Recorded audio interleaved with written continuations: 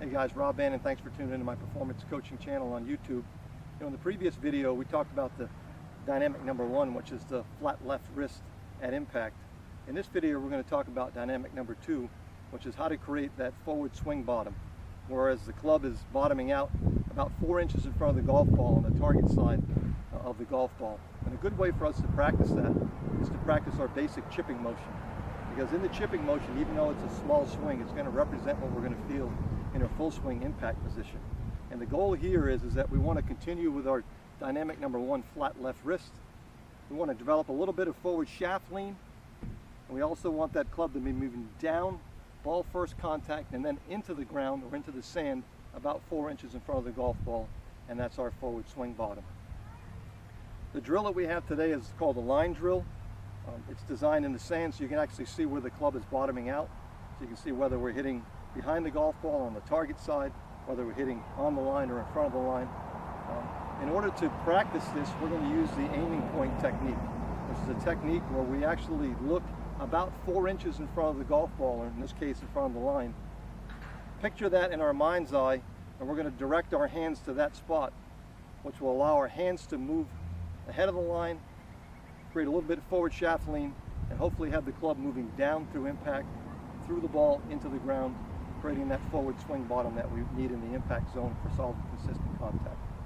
So here's what it looks like. We're going to get into our standard chipping setup with our feet a little bit narrow, the ball position pretty much right in the middle of our stance, maybe slightly behind center, maybe one ball behind center. And the reason why we want to do that is because it's such a small swing, we're really not hinging the club. We need to actually have a little bit of forward shaft lean at our setup to create the conditions for our forward swing bottom. So we'll go ahead and get set up here. We'll make sure we got a nice flat left wrist. We got our hands ahead. We got our weight slightly forward on our left side.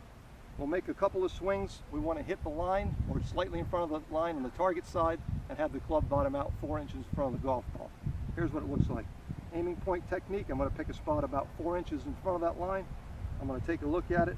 I'm going to make my swing.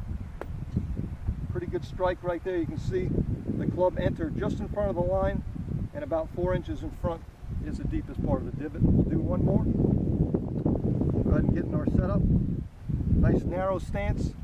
Ball position about right in the middle, maybe slightly back in our stance, one ball position. We're going to push our hands forward a little bit so we can get a nice flat left wrist. We're going to pick up that spot about 4 inches in front of the ball. Look at that spot. We're going to make our swing. Pretty good strike that time, right on the line, about 4 inches in front, maybe a little bit farther. Try to maintain that angle that time. So if you're struggling with your impact position, particularly that flat left wrist and not getting any shaft lean at impact, and the club is bottoming out behind the golf ball, try the line drill, apply the first two dynamics, and I hope it improves your play.